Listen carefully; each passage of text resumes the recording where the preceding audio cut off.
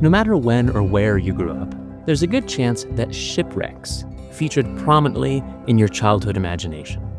From classic literature like Robinson Crusoe or 20,000 Leagues Under the Sea, to films or shows like Swiss Family Robinson, Gilligan's Island, or countless cartoon episodes from shows like DuckTales, shipwrecks and castaway survivors make for compelling stories. Welcome to Writing Westward. I'm your host, Brendan Rensink. In the hands of historian Coll Thrush and his new book, Wrecked: Unsettling Histories from the Graveyard of the Pacific, the wrecked vessels of the Pacific Northwest coast serve as an opportunity to ask all kinds of new questions about regional Western histories and the remnants, the wreckage, the failures of historic settler endeavors, indigenous interactions with them, and the messy business of the stories we tell to assert our belonging on the land. Thanks for listening. For new listeners, here's a brief introduction to the podcast and myself. Writing Westward is a monthly podcast featuring conversations with historians, journalists, scientists, and scholars from various disciplines who are writing about the North American West. The goal of these exchanges is to spark your curiosity to think more deeply about the region, its lands and environments, and the histories and experiences of the peoples who have called it home. Writing Westward is supported by the Charles Redd Center for Western Studies at Brigham Young University, where I, Brendan Rensink, serve as Associate Director and I'm a Professor of History. For better or worse, this is a one-man operation. I am the host, producer, sound engineer, publicist, and everything else, all roles for which I have zero training. But I am passionate about the North American West, and I'll take any excuse to read more and talk to interesting people who are writing about the region. If a guest intrigues you, you can find links to their work in the show notes or at writingwestward.org. If you have a moment, please subscribe and leave reviews wherever you get your podcasts. Share links with friends and follow us on Facebook, Blue Sky, or X, Twitter, and send in some feedback. At the end of the episode, I will include some more information about my own scholarship and the Redd Center, our programming and projects, and funding opportunities that you could apply for. That's right, we may want to give you money. And with that, let me introduce who we are talking to this month and why. Coll Thrush is a professor of history and associate faculty in critical Indigenous studies at the University of British Columbia. He earned a bachelor's from Fairhaven College at Western Washington University and a PhD in history from the University of Washington. His first book, Native Seattle: Histories of the Crossing Over Place, was published in the University of Washington Press's Weyerhaeuser Environmental Book Series in 2007. It won the 2007 Washington State Book Award and came out in a second edition in 2017. In 2011, he and Colleen E. Boyd co-edited Phantom Past: Indigenous Presence, Native Ghosts in North American Culture and History, published by the University of Nebraska Press in 2011. His next monograph, Indigenous London: Native Travelers at the Heart of Empire, was published by Yale University Press in their Henry Rowe Cloud series on American Indians and Modernity in 2016. Just last week, he published his new book, Wrecked: Unsettling Histories from the Graveyard of the Pacific, with the University of Washington Press, in their Emil and Kathleen Sick book series in Western History and Biography. Wrecked is a remarkable work of scholarship and writing, and much more than a simple retelling of famous Pacific Northwest shipwrecks. Instead, Thrush uses these shipwrecks, the literal and figurative wreckage they left in their wakes, and the encounters that Indigenous peoples and settlers had with them and with each other about them, as an entry point for unsettling, as the subtitle suggests, regional histories of commerce, conflict, and cooperation between Native peoples and settler societies, tragedy, and the settler colonial project writ large. As visual markers of failure, the thousands of wrecks that dot the rugged coastlines of Oregon, Washington, and Vancouver Island captivated and exerted surprising influence over the region's peoples. Not only did they represent immense financial losses for some and gains for others, Thrush explores how people's storytelling about the wrecks help them lay claim to belonging on the land, the coast, or coastal waters. Wrecks defined their relationships to place in fascinating ways. Throughout this work, Thrush uses wreck histories to challenge core beliefs embedded in the settler colonial projects, namely, that indigenous peoples would disappear, that nature would be easily controlled and ever abundant, and that the past would stay firmly in the past. These are concepts that apply throughout the West and beyond, and shouldn't just be relegated to the Pacific Northwest. Although tucked away in an oft-forgotten upper left corner of the American West, these histories resonate across the region broadly and could be used by many to ask new questions about their own regional Western histories and the various forms of wreckage and failure that punctuate Western landscapes. The research is rigorous, and Thrush's writing is lyrical and moving in ways that very few academic histories are.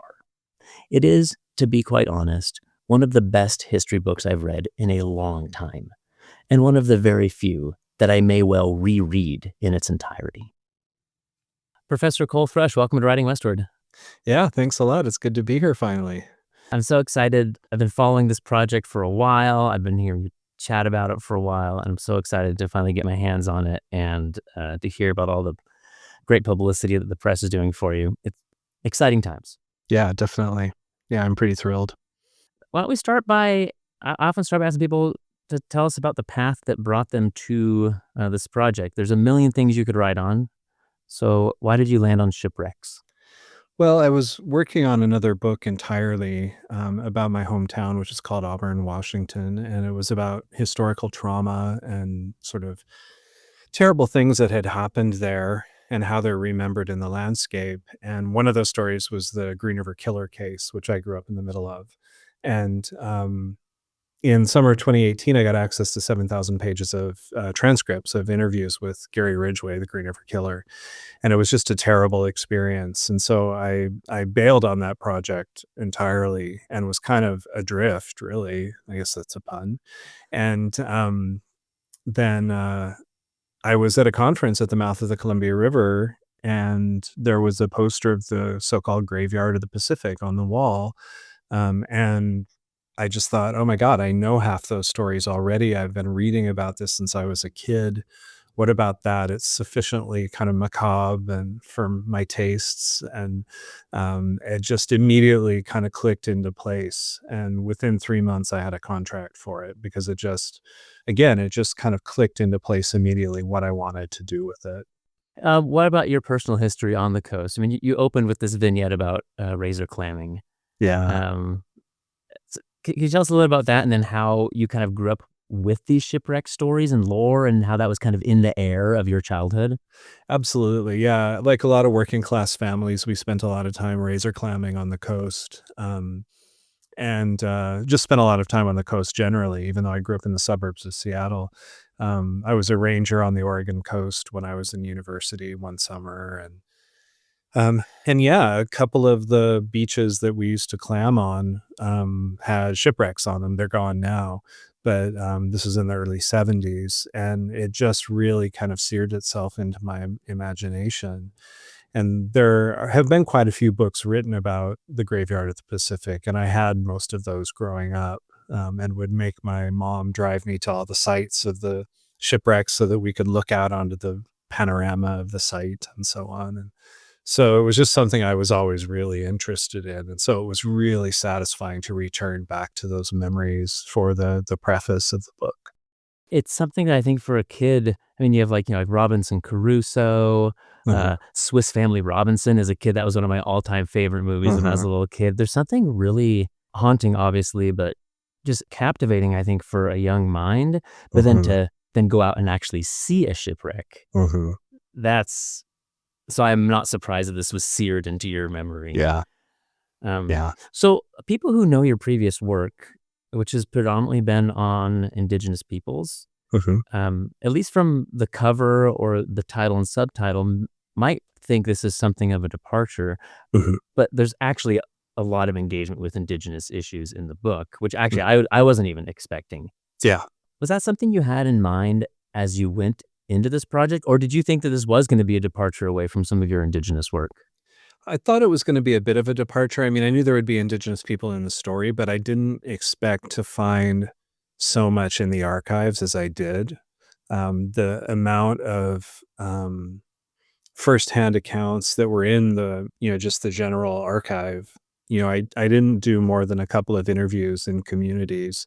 I didn't do a lot of research in tribal or First Nations archives. It was just all the stuff that was already there, whether it was in the ethnographic literature or in, firsthand accounts that were published in the Washington Historical Quarterly in 1923 or something like that. There was just a ton there, and the story became very quickly about colonialism wrecking itself on indigenous shores. And so it became much more of an indigenous history project than I expected it to be, which, sort of brought me back to familiar territory in a lot of ways. Yeah, it was really interesting how much, indigenous people are everywhere in the shipwreck archives. I don't know if this podcast is gonna be full of puns, but, Hmm. colonialism wrecking on indigenous shores, which you mean literally, but and figuratively. A lot of That's this right. is, I mean, I think it's in the subtitle of your book, right? Unsettling, isn't that the word? Hmm. Unsettling histories, and a lot of the history you're trying to unsettle or to get us to rethink or reexamine is these histories of settler colonialism. That's right. Yeah, unsettling has two meanings for me in the title, so it was really deliberate. One is the adjectival. These stories can be quite unsettling in the sense that some of them are quite disturbing and dramatic, and then unsettling in the sense of trying to destabilize some of the really powerful narratives of colonialism that are layered onto shipwrecks. Particularly the idea of settler loss or trauma being a way to claim place, to say, we died for this, so it's ours, which is a really sort of common trope that shows up in stories about shipwrecks and about shipwreck as a sort of general category of experience on the coast. That's something that resonates in the interior, I mean, all over the West as Hmm. well with, pioneer narratives and, The Oregon Trail. yeah, like our ancestors, suffered and died and that, we bled for this, Hmm. so you can then lay claim. Yeah, Um, that's right. and a lot of what you're kind of circling around the book are these ideas of belonging on the landscape Hmm. and who claims it and doesn't and how they claim it. Yeah, those have always been questions that have animated my career. What does it mean to belong to a place when it's not yours historically? And I'm a terrible regional chauvinist. I think the Northwest Coast is the best part of the world, and what does it mean for a settler to make a statement like that, right? And to lay that kind of claim is, those are the questions that have really motivated me ever since I was in graduate school, and even before that, to some extent. Can you give us a thumbnail definition of what settler colonialism is? This is a definition we have done on previous episodes, but it Mhm. for people in the general public, it's not a term I think everyone's familiar with. Yeah, and that was one of the goals with this book, is to try to introduce that concept to a wider audience, because it's more common in Canada, I would say, as sort of parlance outside of academia, but not so much in the US. And for me, settler colonialism is the unfinished attempt to rewrite a landscape for people who are from someplace else. And that requires the removal or disappearance of indigenous people, either figuratively or literally. And it requires the kind of remaking of a foreign society in this new place. And, there, of course, are sort of the common ideas that we all talk about in academia of it being a structure, not an event, meaning that this isn't something that happened in the past alone. It's something that's still with us today. It's an ongoing structure that really shapes all of our lives together in these places. And as you're working through that with this unsettling, you write about how you're trying to unsettle or try to shift some of these maritime tragedies from stories of nostalgia Hmm. or even kind of this voyeuristic, Yeah. uh, to shifting the focus to violence, concurrent violence that was perpetrated against indigenous peoples and against the land itself, Yeah. and just various forms of kind of decentering Hmm. the settler experience from these narratives, which is Yeah. predominantly how they've been told, right? Absolutely. Yeah, I mean, what I found initially in the archive is, little references to, oh, the Indians took the survivors to Victoria. little things like that. And then as soon as you go deeper into the archive, you realize that, for example, indigenous people are the primary rescuers of shipwreck victims into really the beginning of the 20th century, and even a little after in in some of the more remote places, or remote according to settlers. And that's really quite at odds with some of what happens. You mentioned the violence, and particularly on Vancouver Island, there's a lot of violence against Indigenous communities in the wake of shipwrecks under the mistaken or sort of created belief that Indigenous people are killing the crews of ships, and that leads to bombings of Indigenous villages and so on. And so there's quite a violent history in the wake of these shipwrecks as well. And kind of lastly, on kind of this background theory stuff, I think this is just up in your introduction. You talk about three settler prophecies or three ideas that are really at the core of settler colonialism, and all of the histories that you're telling here really do unsettle them. Can you Mhm. kind of list those off for us or explain to us what they are? Yeah, the first is the idea that Indigenous people are gonna disappear, and that's a story that, is a long one that goes back to early colonialism in North America.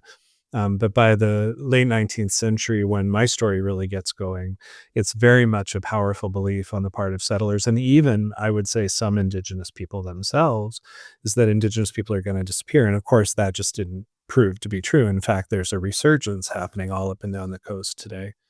The second prophecy is the idea that nature would be controllable and endlessly abundant, and we know that that's not true.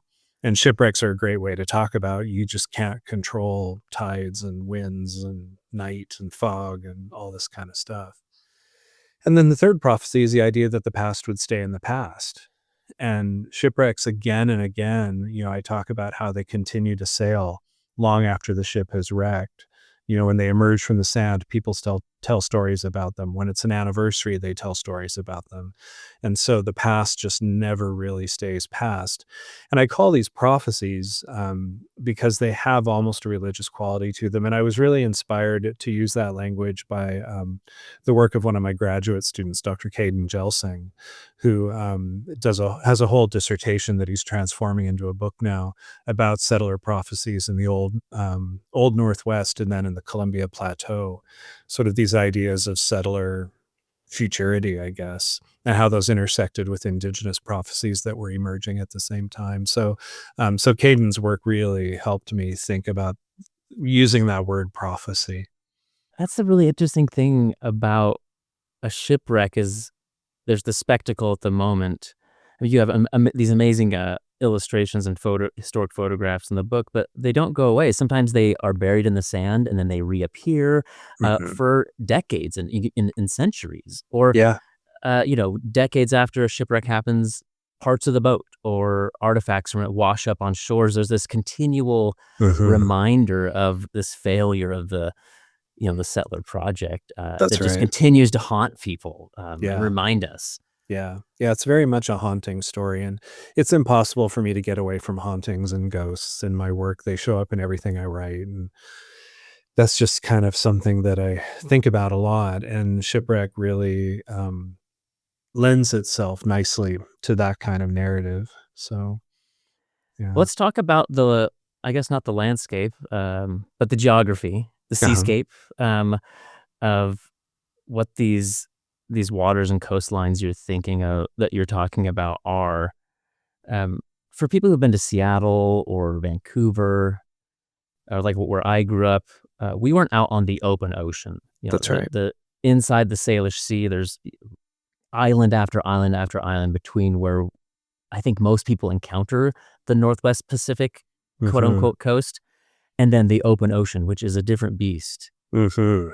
I mean, if you're standing on the Oregon or Washington coast, looking west, there's nothing for That's seven right. until you hit Japan or something, 7,000 Yeah. miles away. Yeah. It's terrifying. Mhm. Talk to us a little bit about the ferocity, or like why is this such a dangerous place? Because sailing around the Puget Sound seems pretty okay. Yeah. But you head out to the coast. What's different out there? Yeah, I mean, the Graveyard of the Pacific stretches from Vancouver Island to the southern Oregon coast, and it is one of the most dangerous stretches of water in the world. And there's kind of two main pieces of that. One is the bar at the mouth of the Columbia River, where you can get 40-foot standing waves. And so you have ships in, the 19th century waiting for 6 weeks to cross the bar because it's just that dangerous. Just to get Um, upriver? yeah, just to get to Astoria or Portland or whatever. And so more than 2,000 shipwrecks in this zone, about half of those wrecks are around the mouth of the Columbia, because there are a lot of sandbars and things like that as well. And then the other big place for wrecks is the western shore of Vancouver Island, because ships kind of fail to make that starboard turn into the Strait of Juan de Fuca and then just hit the coast of the island. And so there's hundreds of wrecks in that zone as well. So those are the two main places. But beyond that, just the storms, you can have a single storm take out 10 ships. It's not, these are not isolated events in any way, especially in the 19th century and very early 20th century, the age of sail. But yeah, it's an incredibly complicated place, storms and surf and fog and the lack of lighthouses in earlier periods. And there's just so much going on that it's incredibly dangerous. And it's been called the Graveyard of the Pacific since the 19th century. And there's some long stretches without easy harbors to access. That's right. Or protected harbors. Lots of coastline that's just Cliffs. and rocks upon which to have your ship bashed to pieces, right? That's right. I use smithereen as a verb in the book. Ships smithereening themselves against the cliffs and so on. And I'm a big fan of using nouns as verbs and verbs as I nouns. like it. Smithereening. Yeah. The Smithereens were a band. Oh, right? that's right. Yeah. Right. Smithereening, though. I like this. I like inventing new verbs too. Yeah. I think I've told you, but a few years ago, I was on a research trip in Oregon, and it happened to be Halloween, and I was at Yakuts or Yakuts. How do you pronounce? Yachats. That's where I Oh, worked as a gosh. ranger, actually. Yachats. So I'm staying at a weird, not creepy motel. Maybe it just seemed creepy because it was Halloween and I was watching horror movies by myself in my room. But I went outside. It was dark, and I just walked out because the hotel was like right on the ocean, and they kind of little overlook. And I just stood there for a few minutes, and it's just pitch black out there. It wasn't quite king tides, but it was really coming in. And I had a very unsettling feeling as I realized that, the waves, I love going to the beach. I love watching the waves crashing in. I could, especially that area of the coast. There's so many cool places to see them crashing up on the rocks. I could watch it all day. And it hit me like it does it at night too. Yes. It's just relentless, Yeah. never ending. And so then as I'm reading your book and trying to picture myself in a ship, in a storm, no lighthouses, in the pitch black, it is really a terrifying proposition. Yeah. And dead reckoning as opposed to, sonar, radar, or anything like that. No radio. You're really at the mercy of the elements. And I think it's hard for us to understand that now. I mean, occasionally, a fishing boat will sink or something like that, but the quotidian nature of this kind of danger, and it doesn't end with steamships either. Steamships just make the body count go up. Because they're so much larger and they're carrying, their passenger liners or whatever. And so you get 100 people lost at once instead of a crew of 16 or 27 or something like that. Yeah, it's a remarkable region. And it was really satisfying for me after a decade of working on London to come back to the Northwest, to write about just the color palettes and the sense of place, that I knew best. Was really satisfying. And especially because these stories are so evocative and dramatic in their own right. So lots has been written about them because they are so evocative, right? Lots of Mhm. popular stories and histories about the narratives of the wrecks themselves, often including, stuff about the lives of the people and then the disaster itself. You're more interested in what you call the afterlives of these wrecks. Yeah. Um, have many other people done this, looked at kind of the long-term significance or influence of wrecks on the coast? Not in this part of the world so much. I mean, there's some really great, amazing nautical histories of the graveyard of the Pacific. There's been several written over the last century. Um, but they're not really taking an analytical position, and they're very much about the boats. They're about the technicalities of the wreck, the salvage, the all that kind of stuff. And they're not so much about meaning making, except in the sense that they are doing meaning making, these Mhm. books. Um, but they aren't taking that critical step back to say what are the stories that we tell about this part of the world, and what do they mean about our claims or indigenous claims or whatever. um, Nobody had really stepped back and done that before. But I really am standing on the shoulders of those guys, and they are mostly guys who wrote those earlier histories. I couldn't have done this without them, because they have really comprehensive lists of the ships and so on. And so that just sent my research assistant into the archives, into the newspaper archives in particular. You know, Sarah could say, um, okay, the Strathblane wrecked in 1913. I'm going to look up all the newspaper articles about it, and found all this stuff that even 10 years ago we wouldn't be able to find. Oh, with the digitized That's right. newspapers, I know, it's really Yeah. revolutionized the kind of Yeah. work we can do. Yeah. So if you're about it's about meaning making, this is, what the wreck meant for the people at the time who observed it and then the generations who follow. You open with, uh, I think, is it the Valencia? That's right. Um, and this kind of opening salvo, is I found really compelling in terms of some of the big meaning making that people at the time did with this wreck. So it runs aground, in Barkley Sound off Vancouver Island, um, and, uh, there's onlookers on the shore. Hmm. To tell Describe this kind of horrific scene to us, because it then captivates the region. That's Newspapers right. are all talking about it. So what's the scene that was so horrific, uh, so traumatic for people to observe? Yeah, I mean, there were about 170 people on the ship. It was headed from San Francisco to Seattle in 1906, and in January of that month, it wrecked. It just ran into Vancouver Island, um, just like so many other ships had done, and it got stuck on a reef about 100 meters from shore, and it took 40 hours to sink. And so people, the women were tied up into the riggings to stay out of the water, and were singing hymns, according to some of the accounts, Nearer My God to Thee, which was famously sung on Titanic as well. Um, Ships were standing by but couldn't get close enough to help. People were trying to swim ashore and then would just be beaten to death against the rocks. A handful of people managed to climb up the cliffs, went to a local lighthouse, and raised the alarm. And some more people came to try to help, but could do nothing. And so, yeah, there's just this sense of observing this disaster happening, and then finally a big wave comes and just rolls the whole thing over in front of everybody. And this was recorded or reported in real time, as it was happening, because of some of the new technologies that were available in terms of communication. People were reading about it as it was happening in the Seattle and Victoria press, and even San Francisco as well. And one of the things that I was really interested in is some of the coverage of the wreck afterwards really called into question the whole project of modernity, saying, we live too fast, we expect too much, and look what it costs us, because, more than 130 people died in that wreck. No women or children survived. Um, and so there were newspaper cartoons saying, does it pay to live this way?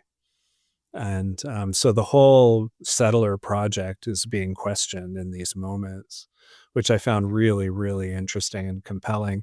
And it's a challenge, to write about this stuff, because I don't want Valencia and its victims to just simply be stand-ins for empire, because they were people, right? They weren't just functionaries of empire. They were caught up in the machine as well. At the same time, that chapter title is A Fragile Machine, and I'm talking about how the project of colonialism is ultimately kind of a fragile project for all its power. And moments like this, the ship as a machine is fragile as well. They become kind of a metaphor for the whole story. Were you surprised to find that kind of deep introspection or questioning the civilization and what we were all about? Were you Mhm. surprised to see that in the press? I was reading. Yeah. I was a bit, yeah. I mean, I had seen similar kinds of overdetermined stories told in native Seattle, for example, and in indigenous London as well. I didn't expect to find them being so explicit. This the research kinda just handed me the story, I feel like, in many ways here. Um, between the work that I did and the work that my, research associate, Sarah Fox, who some of your listeners will know from her work, downwind, um, yeah, it was just all there. It's just that nobody had asked the questions I know, before. how had no one written this book yet, right? Right? These are some of my I've said this on the podcast before. Some of my favorite projects are the ones where it's just the most genius idea, and it's unbelievable that no one had asked the right questions, Yeah. uh, to kind of unlock these archives that were just there, Yeah, ready for and the the Pacific taking. Northwest has such incredibly rich archives, and it's a bit of a backwater in terms of research, as you know, and, um, so, yeah, it was all just waiting there, and again, these previous works pointed me in the right directions, so that I could ask some new questions. So we've already mentioned a little bit about, uh, the indigenous histories that are intertwined here, and you describe in 2 successive chapters some really interesting, uh, comparisons of encounters and interactions between Native peoples and shipwreck survivors, and then how some of those were twisted in some very negative ways in later years. There's not a lot of people on the coast. It's mostly indigenous people for a lot of the coast and for a lot of this history. Mhm. Um, and they had some unique, legal, I guess is the word we would use, Mhm. understandings of what it means when something washes ashore. Yeah. And who then owns that, who has right to claim it. How does this inform some of those earliest encounters, Yeah. which as you, I think, already mentioned, uh, natives were often the rescuers, and Mhm. from some of the early accounts, uh, those that were rescued spoke very positively. Had been Yeah. treated warmly, which is Yeah. very different than kind of the tales, from Swiss Family Robinson or other just kind of tales of shipwrecked and savage natives. Cannibals. Cannibals, exactly, yeah. Yeah. Yeah, yeah, there's sort of 2 things going on. One is the mythology around the coast that people are cannibals and that they're particularly violent and so on, and then there's the reality, which is not really that at all. I mean, there are some instances of violence that are important, especially during the fur trade, but, yeah, and one of the things that I came across, interestingly, looking at treaty negotiations in the 1850s in Washington Territory, was again and again in those negotiations, tribal leaders would say, "Everything that washes the shore is mine." And that's a quote. That's the title of one of the chapters. That the legal orders were such that anything that came ashore, a drift log, a dead whale, a shipwreck, belonged to the people of that place. And that became a real sticking point in the negotiations with the territorial government. And so from that moment, that really launched me into thinking about how things that come ashore, and that includes shipwreck survivors, are being incorporated into indigenous legal orders that are really robust and are the law of the land into the 20th century, really, where people are still claiming ships that wash ashore in their territory at Nia Bay on the Makah Reservation, for example. Um, and still saying everything on this ship belongs to us, and what it happens again and again is white people do the same thing. When more of them are on the coast, they just take everything off of ships as well. When they do it, it tends to be called salvage, not always. And when indigenous people do it, it tends to be called plunder, but not always. So it's a pretty messy story, really, of who has the right to the the spoils of maritime misfortune. Yeah, and sometimes this is then turned against the native peoples. You write Uh, about, mhm. the John Bright in Mhm. 1869, and Mhm. natives go out. They start taking stuff off the ship, and there's there's dead bodies. There's Okay. dismembered bodies, and the locals accuse them of having, you know, killed and massacred them and Mhm. desecrated the bodies, but they had actually just been, Mhm. beaten against the shore, right? Mhm. But then I think some of them are actually then executed for this, right, That's at the right. site. Yeah, 2 men are taken to Victoria for trial and then taken back to their home community. These are Hesquiat, New Channel people. They're taken back to their home community and hung in front of the community. And the gallows stay there for like 5 years. And so there is this real kind of violence that's part of the story as well. Um, But this runs yeah. counter to some of the survivors' Mhm. experiences of having been treated so positively and warmly. Uh, I mean, there's even the Russian in the early 18 aughts, Mhm. the Nikolai, Mhm. a really famous Russian shipwreck, uh, which I'd read. There's like a really slim volume that I think UW Press put out years ago that Yeah. I have somewhere on my shelves. But one thing I'd forgotten is that that a Russian woman had been captured, Mhm. and then when uh, others, uh, Russians show up to ransom her, and to get her back, she's like, "No, I'm actually, I think I'm good. That Right. they're treating me really well. I think I'd rather stay with them than to head up into the Ho rainforest with the Russians, And eat our leather belts and stuff. right? Yeah. Yeah. Yeah.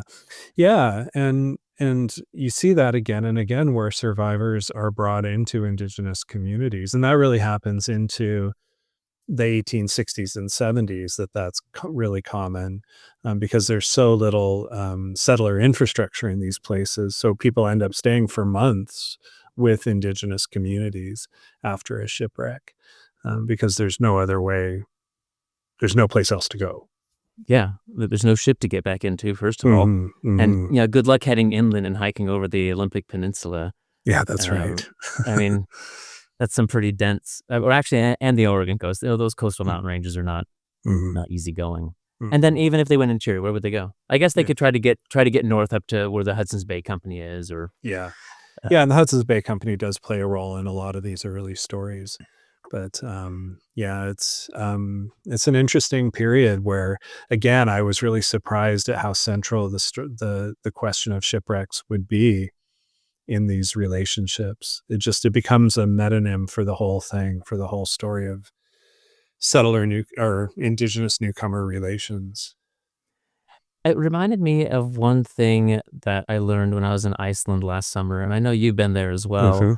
But back in the day, there's so little wood on the island Yeah. that they had very specific laws about driftwood, and if Mhm. driftwood came ashore on your shoreline that you owned, but they would mark it because it might get then washed, a Yeah. few kilometers down the beach. But if you had put it with your mark, you could lay claim to it because it's such a valuable Yeah. resource. It's branded almost. Yeah. Yeah, yeah. But for these native peoples, they're able to pull stuff off these ships. I mean, it's not just wood. But there's all kinds of metal that they could then repurpose, all kinds of things that, Mhm. especially in those early times, they just simply wouldn't have had access to. So Yeah. it's a real treasure.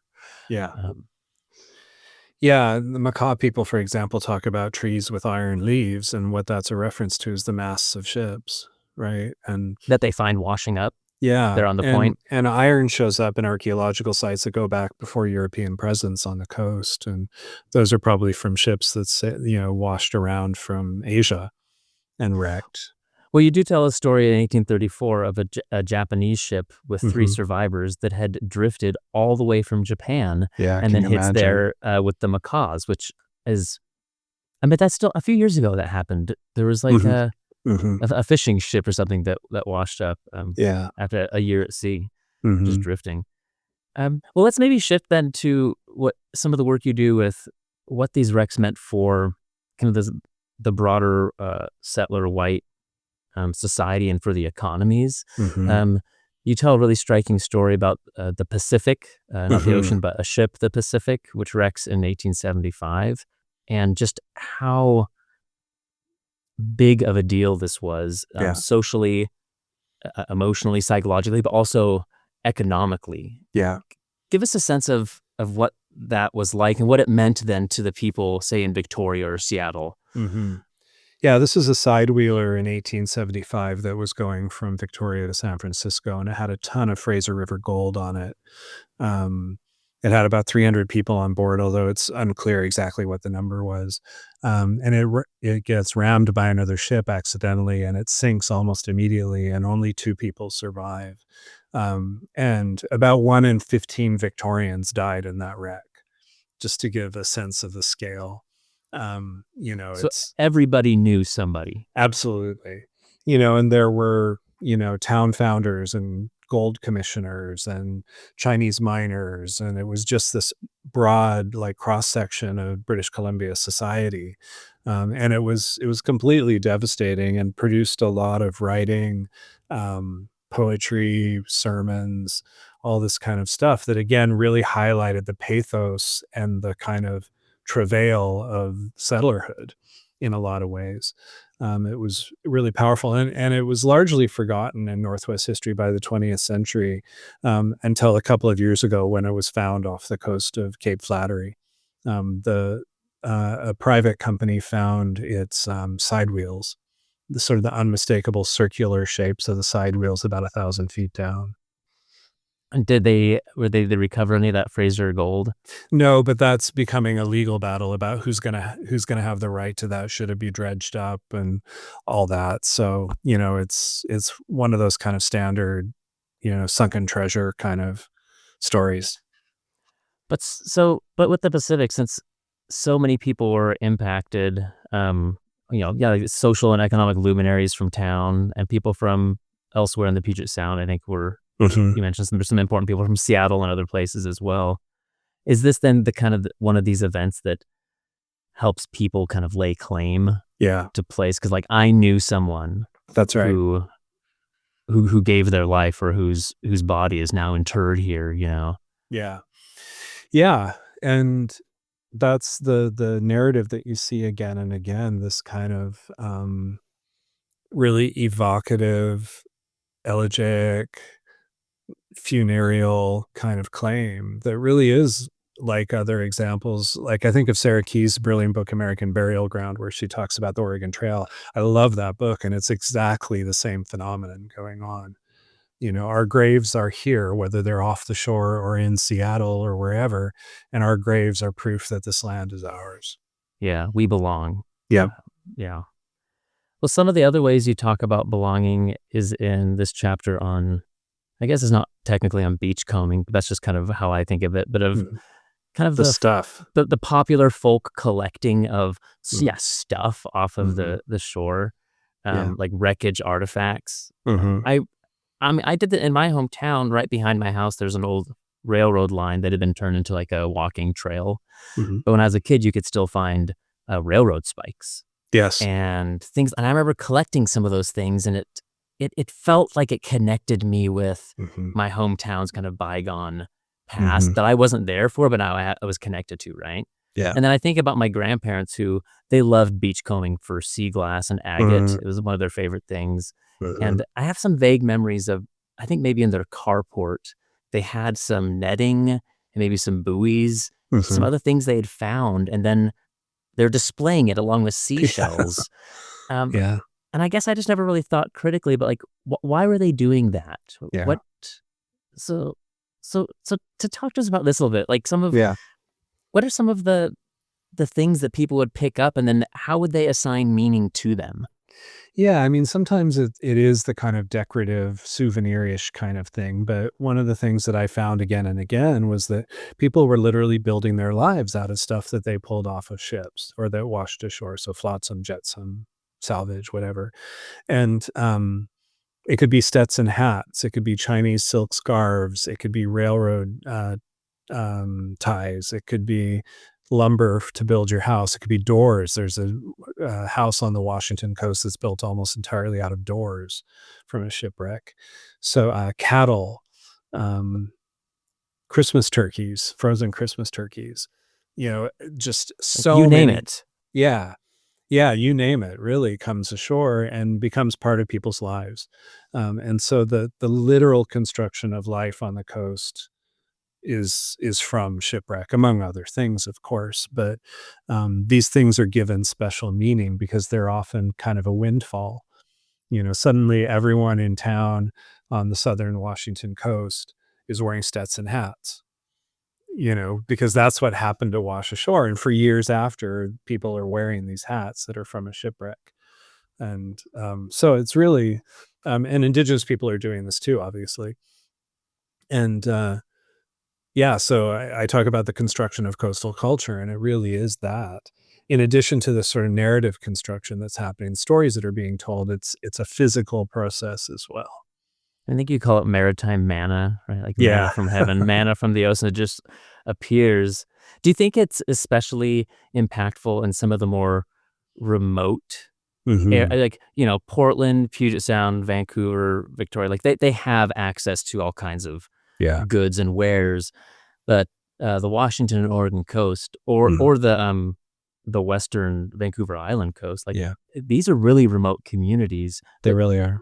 d do you think those communities would have lasted or that they would look like what they look like today without this kind of constant infusion of free random goods and wares? That's a good question. I mean, certainly, I think there's more meaning attributed to the stuff that comes off wrecks than just the stuff that happens in the normal way. There's a certain kind of excitement to it. I mean, it's really like a party when a ship runs ashore, including shipwrecks where people died. Suddenly everybody shows up to with their trucks and they drive out onto the sand and are pulling everything off the ship that they can get. And it's it's both a little, ghoulish, but also kind of exciting and a kind of lifeblood to the community in many ways. And some places are named after wrecks. I Mhm, didn't realize that Cannon Beach was mhm. named after a cannon they found. Not even a cannon from it was a wreck from, like, uh, like, many miles up or down the coast, right? It wasn't Yeah, even at Cannon Beach, but eventually, it got washed there, so yeah. they name it. Yeah, it's from the USS Shark, which, wrecked in 1846 at the mouth of the Columbia, and one of its cannons shows up at a place that had been called Elk Creek, but then the settlers renamed it Cannon Beach. And so, the town of Florence is named after a shipwreck, for example, and there's all kinds of places up and down the coast that are their names come from shipwrecks, Dead Man's Hollow and places like this, and that's part of the claiming process, right? Is to put these new names on the land. I was also shocked at the story you share about wood carvings from Easter Island Yeah. that were on a ship that then, wrecks, and then these wash ashore, and they're now in a museum in British Columbia. But it's the entire Pacific world Yes, kind of in this single object, right? that's right. This whole network, Mhm, personified. mhm. Yeah, I thought that was really fascinating. What about shipwreck tourism? Yeah, a lot of these wrecks, the minute they're on the beach, they become, tourist destinations. I mean, the most dramatic one and the most persistent one is the wreck of Peter Iredale, which wrecked in 1906 on Clatsop Spit, just south of the mouth of the Columbia, and it's still on the beach today, and it's probably the most photographed shipwreck in the world. And it appears on the cover of the book, a photo taken by my good friend Wes Pope with his drone. And then in between the chapters, there are pictures of that wreck slowly decomposing over time, and then the epilogue is about that wreck. And from the minute it hit the beach, and it was nobody died or anything. It wasn't a particularly dramatic shipwreck, but immediately, like local trains started changing their schedules to match with the tides, so people could go out to the wreck, and thousands of people were going out on the weekends to see the wreck. And so from the minute it hits the beach, it becomes something else entirely. So this is another lifeblood to some small Mhm. communities. If it now to the present could Mhm. be a potential source of tourism dollars bringing people out. That's right. You talk about and so in my head, I'm like, okay, I'm going to read Cole's book about shipwrecks, and I kind of had it all in old timey Mhm. eras in my head. Um, just when I think of shipwrecks, like a tall ship like this. I mean, we're just like yesterday. There was Yeah. this ship that runs into a tall ship that runs into the Brooklyn Bridge. But anyways, but you talk about 20th century wrecks Mhm. now into the era of diesel Mhm. uh, powered ships, and I remember the Exxon Valdez as a kid, and Mhm. all the newsreels of these oil covered birds, and the importance of owning Dawn dish soap, I guess, because that's what they use to clean them. Mhm. Um, but we have an interesting tension now. So you have some of these localities um, uh, for which a wreck is a real bonanza, and they can go and get all these goods. How do they reconcile that, the positive of what they're salvaging, with once we get into the era of oil, the uh, profound environmental destruction, Yeah. which not just to the aesthetics, but I mean, these are also communities that probably rely on fisheries and on Mhm. shellfish and all kinds of things. Yeah. How do they grapple with that?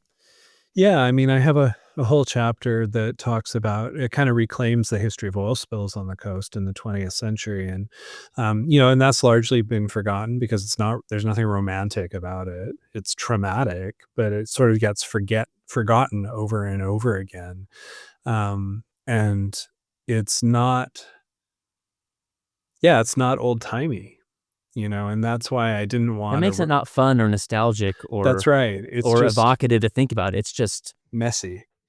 Yeah. Yeah, and so I tried to kinda reclaim that as a way to undermine the nostalgia narrative and tell a different kind of story. Um,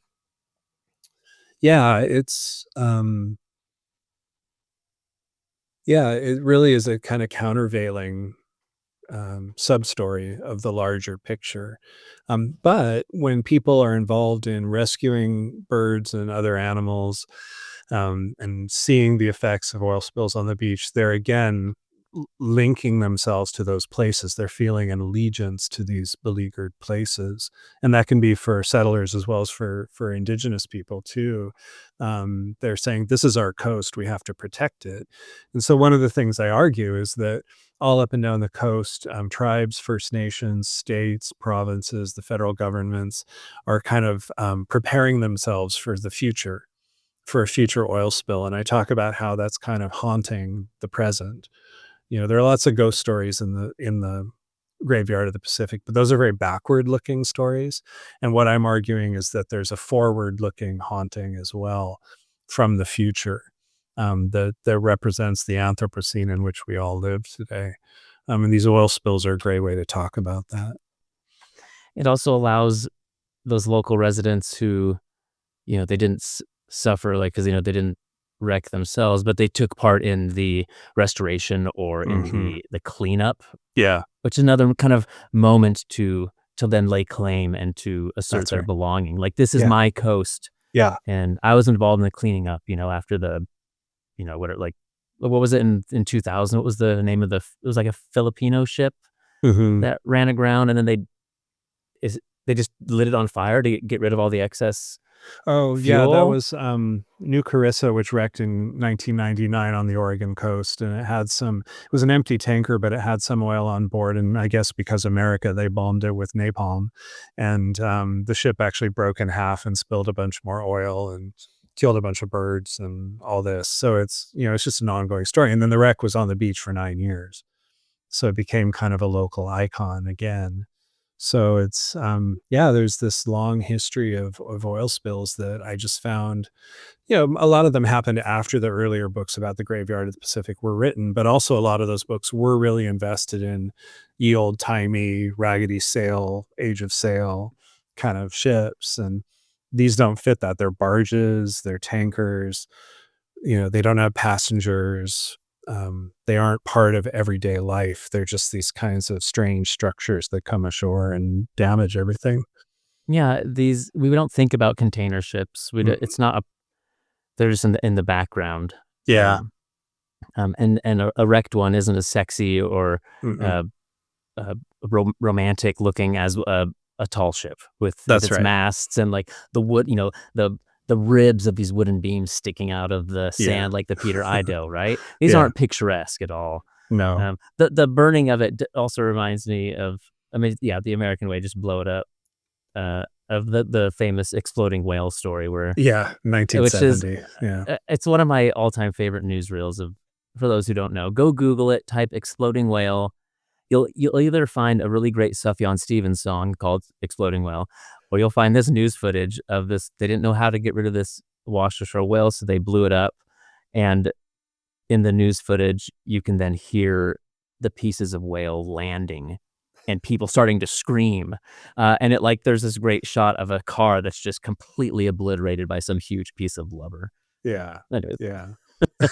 Yeah, that was uh, the year I was born. I feel like it's kind of an auspicious moment for the Northwest Coast. So, it's yeah. like if you were born on May 18th, 1980, right?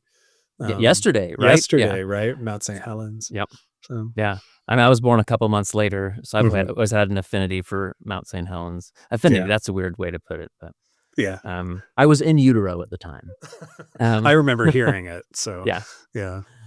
Um, oddly, I think the most interesting or entertaining chapter is your final one, and it's the one that actually I don't want to spoil it too much. Yeah. I kinda wanna just leave it for people to convince them to go get this book, but first of all, you tell a story in reverse chronology.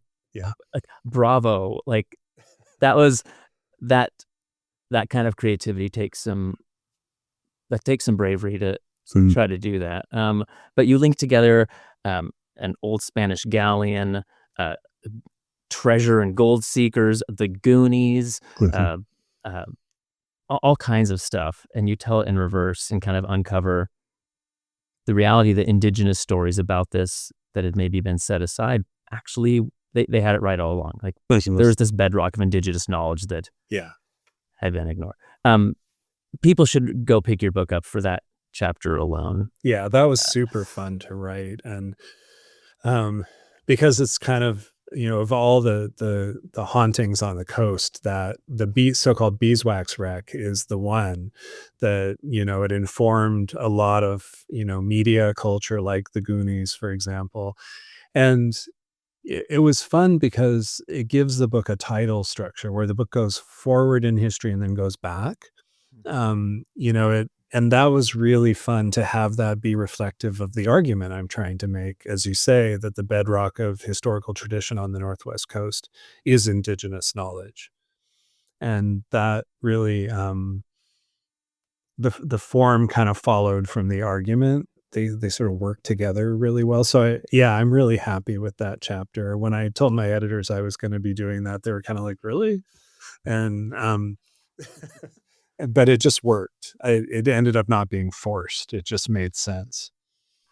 Well, we need to kinda wrap up a little bit. Mhm. So, when I picked the book up, I was initially tempted that or I thought I was going to be thinking about other places in the West would have, mining ruins, driving out in rural landscapes that are punctuated by these abandoned, sagging barns that are, falling in on themselves, other vestiges of past settler economies and infrastructure and their wreckage upon the landscape. And I thought, oh, maybe that's what's going to really resonate, and we'll be able to think about them in the same ways. And I do think there are some things that I think connect, but the wrecks seem to have a very different kind of haunting power than these other vestiges of settler colonial failure or decline, um, decomposition. So with that kind of in mind, if that makes any sense. So if people from elsewhere in the West pick your book up and kind of use it as a lens, as lenses through which to view their region, uh, what are you hoping that they'll take away, or how they'll think differently about their corner of the West? Well, I think those 3 prophecies, if we come back to those, they apply in the West, that indigenous people will disappear, that the past will stay past, and that nature will be endlessly abundant and controllable. Go to Butte, Montana, you know? Those stories are they inhere in the landscape there as well, any ghost town, any old mining tailings, in the genocide of California and the gold fields, there are resonances, I think, between this story and lots of other places, even if those places feel very, very different than the coast. I think there's something about the meaning making and the storytelling that comes out of these that actually resonates, because these are Westering stories. Even though I'm talking about people mostly coming eastward from the ocean, it's still a story of where it's a place where the metaphors become so powerful that they shape how people choose to live, and So we sort can of look at vice versa. landscapes elsewhere in the West and ask all these same questions. I think so. Like, Yeah. what are the stories we're telling about these histories and why, and how are we Mhm. making meaning? How are we, or how have our ancestors claimed belonging because of Yeah, their participation in some things like in the booms and busts and all of that? that's right. Um, Yeah, and I think some of it has to do with the legacies of not colonialism alone, but capitalism as well. The people who are the sort of the casualties of capitalism, and the way they narrate that as, being victims, um, which is not untrue. But it also does a certain kind of work in terms of saying, we suffered, so Mhm. we belong here. Or we belonged up in the ghost town and now we live in the city, but we still remember when our grandparents, had to move because the mine closed or whatever. That those kinds of stories are still acts of claiming that I think are worth investigating. And they're complicated because you want to have some empathy too. I think that's one of the things that historians do best, is have empathy. Um, but also be you can also be empathetic and still critical of the larger structures that are at work in these kinds of places. Well, as we wrap up, do you want to tell us a little bit about what you're working on next? I know you always have multiple projects cooking. Yeah. Yeah, the first one, for which I just got a grant, is called "The Train to Weeping Water: An American Inheritance in Six Landscapes." And it's centered on the story of my great-grandfather, who was born to Irish immigrants in the slums of Manhattan, was abandoned at age 4, and then at age 7 was sent west on what are called now the orphan trains, and was placed with 3 different families, all of whom rejected him. And by the time he was 14, he was on his own. And it's about how that has echoed down in my family, and sort of intergenerational trauma, the Westering experience. And I'm really interested in how the placing out experience, or the orphan trains, which happened to 250,000 children, was a way to Americanize these immigrant children, but also then Americanize the landscapes to which they were being sent, which were mostly recently dispossessed by treaty or war or whatever. So that's one project. And then the other project is actually coming back to the Green River Killer case. But I'm now coming back to it in fictional mode. And it's about a group of kids coming of age against the backdrop of that case in the 1980s. And it's the title comes from Auburn's original settler name, which was Slaughter. It was named after a guy who was killed in the so-called Indian War of the 1850s. And so the book's called Slaughtertown.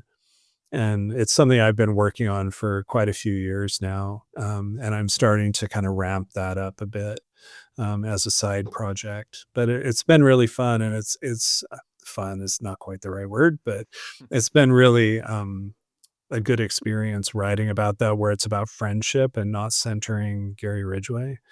Um, and Yeah, it's doing it as also, fiction, has that made it yeah, it's made it a little easier to easier. sit with? Yeah, for sure. And it's going to be peppered with archival information from Auburn's actual history. So it's going to be kind of like the kids living in the wreckage of their town's past. So it really taps into some of the things I've been interested in as a nonfiction writer as well. I hope you get them out quickly. These both sound great. I knew about the Slaughtertown one. I did not know about this one about your great grandfather. Yeah. Oh yeah, I hadn't heard about that one. That's really interesting. And on the podcast, we've had a handful of people who have, I'm thinking, Susan Johnson, Hmm. um, and some others who have kind of intertwined their own personal histories with their historical topics. And I think it's very hard to do, but when done well, uh, really, really powerful. Yeah, it's an interesting challenge. And sort of the central question for me is, because it's very much about family secrets. And what does it mean to be a compulsive storyteller, otherwise known as a professional historian in a family full of secrets? That's kind of the operative question at the heart of this. So, yeah. The other one I was thinking of was Julie Carr, Mud, Blood, and Ghosts. Yes, I have that. I haven't read it yet, but with a Okay. title like that, it's inevitable that I would read it. So, Yeah, I'm sure this would already be on your shelf, but I think you'll beyond the obvious kind of just topics that you're into, I think you'll find a lot, useful there in terms of how she goes about this. yeah, it's not easy to do well. So I'm still it's a new genre for me really because it includes a significant amount of memoir. And that was one of the things about Wrecked that was really satisfying was that opening preface, which is memoir. I've never published that kind of thing before, and it's some of the I'm proudest of that writing of almost anything I've ever done. Well, I certainly liked it. Mm. One of the best books I've read in a long time. So, Oh gosh, congrats on the thanks. book, Cole. I'm looking forward to its official rollout. I guess when this episode comes out, um, the book will be officially out, and there's going to Yeah, be it all comes out kinds of May press. 27th. Yeah. Yeah. So I'll point people to the Seattle Times is going to do a big thing. There's going to be other radio interviews. They won't be. They're just not going to be able to get away from you. It'll be great. Yeah. Well, thanks so much for spending some time with me, Cole. This has been awesome. Absolutely. It's been a lot of fun. Thanks again. All right, take care. Yep. Thank you so much for listening. I hope you'll subscribe and listen every month.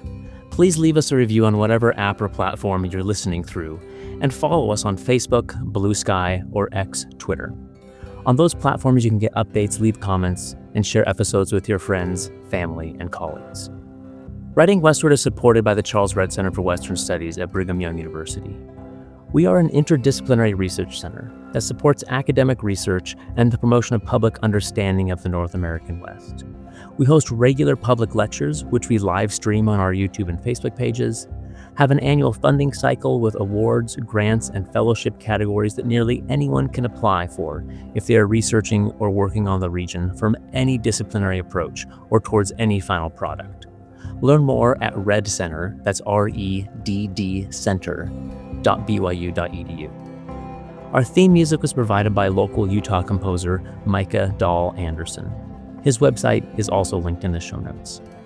As the podcast host, producer, sound engineer, publicist, and everything else, you can direct any praise or critique my way.